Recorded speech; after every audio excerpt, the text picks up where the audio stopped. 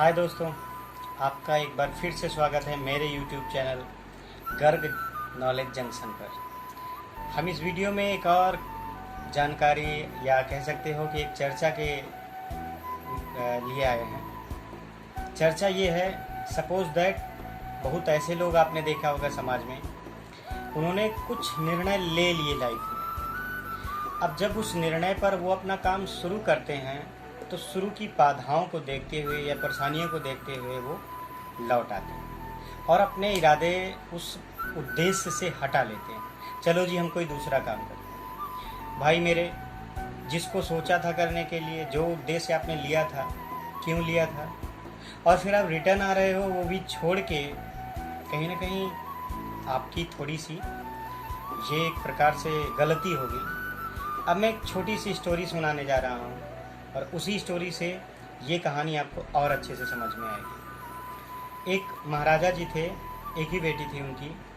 उनका उद्देश्य था कि हम जो है एक ऐसे लड़के से अपनी लड़की की शादी करेंगे जो मेरी कुछ शर्तों को माने।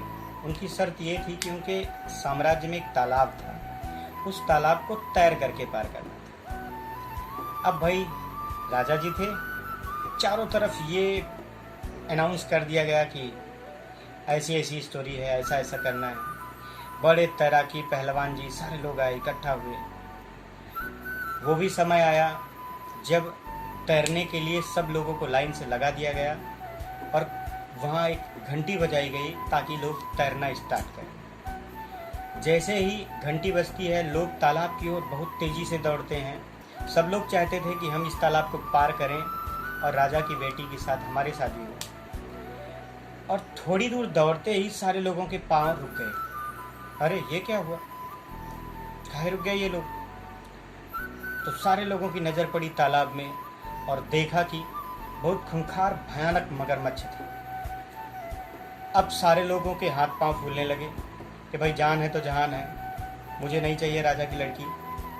और जितने दर्शक थे वो सब तालाब के किनारे किनारे खड़े थे। अब सारे पहलवानों के इरादे बदल गए। वो पहलवान जी लोग लौटने लगे तो अचानक सुनाई दी एक छपाक की आवाज़, और उस आवाज़ को घूमकर जब उन लोगों ने ध्यान दिया, देखा तो एक बड़ा स्लिम सा व्यक्ति, दुबला पतला व्यक्ति, क्या देखा कि उस तालाब में जंप कर गया है और वो तालाब को पार कर रहा है।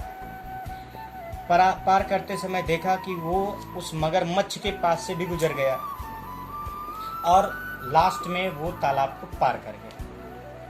इतना होते हुए भाई महाराज की जय हो, महाराज की जय हो। स्लिम वाले व्यक्ति को सारे लोगों ने कंधे में बिठा लिया और बिठा करके महाराज की जय हो। अरे भाई, अब तो वो जीत ही गया।